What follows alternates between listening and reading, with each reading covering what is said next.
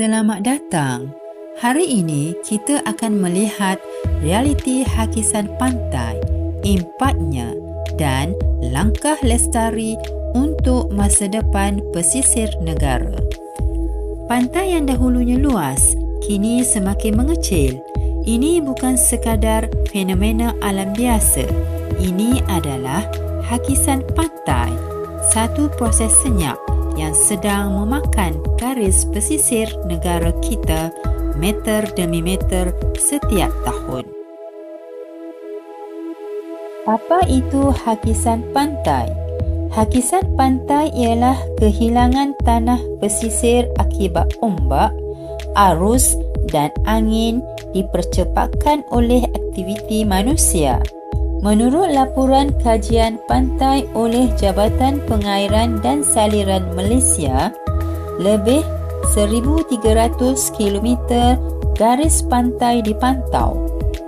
Sekitar 30% garis pantai negara kini kritikal terhakis dan negeri paling terjejas ialah Kelantan, Terengganu dan Pahang.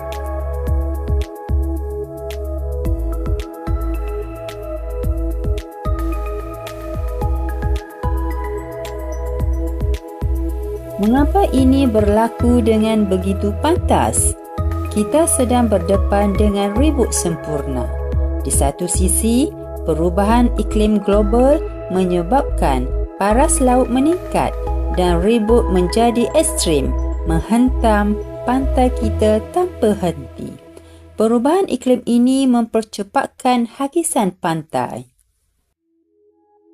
Namun, di sisi lain, tindakan manusia memburukkan lagi keadaan.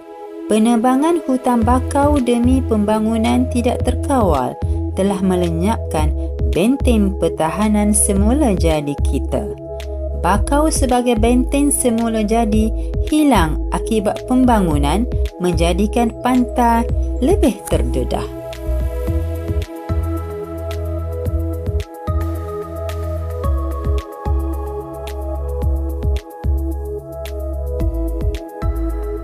Seterusnya, pembangunan tepi pantai mengganggu dinamik pasir semula jadi dan mempercepatkan hakisan. Dan aktiviti perlombongan pasir di kawasan pantai. Pengambilan pasir berlebihan mengurangkan perlindungan semula jadi pesisir. Impaknya jika diabaikan sangat besar. Hakisan pantai yang diabaikan boleh menyebabkan kehilangan tempat tinggal, krisis makanan, kemusnahan biodiversiti dan kos ekonomi negara tinggi. Namun, kita belum terlambat.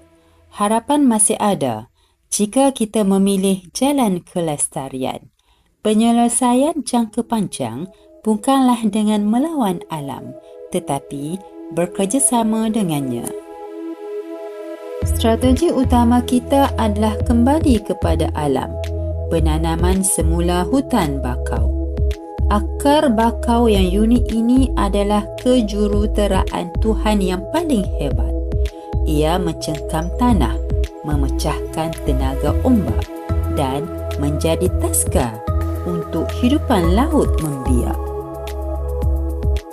Di kawasan yang kritikal, kita boleh menyokongnya dengan struktur kejuruteraan mesra alam seperti pemecah ombak hibrid yang boleh merosakkan pemandangan tetapi efektif melindungi tebing. Dan yang paling penting adalah pendidikan dan komuniti.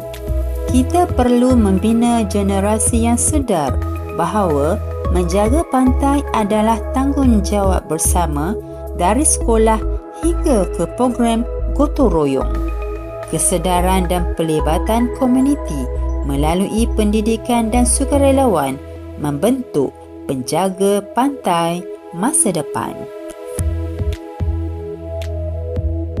Usaha ini melangkaui sempadan tempatan dengan menangani hakisan pantai secara lestari.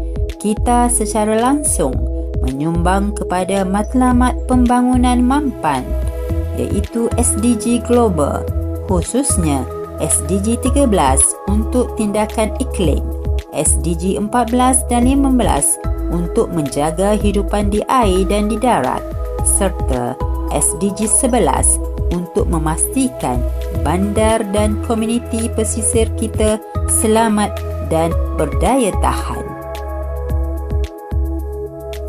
Menyelamatkan pantai bukan satu pilihan, ia adalah satu keperluan. Pantai lestari adalah warisan untuk generasi akan datang. Mari kita bertindak hari ini untuk melindungi masa depan esok.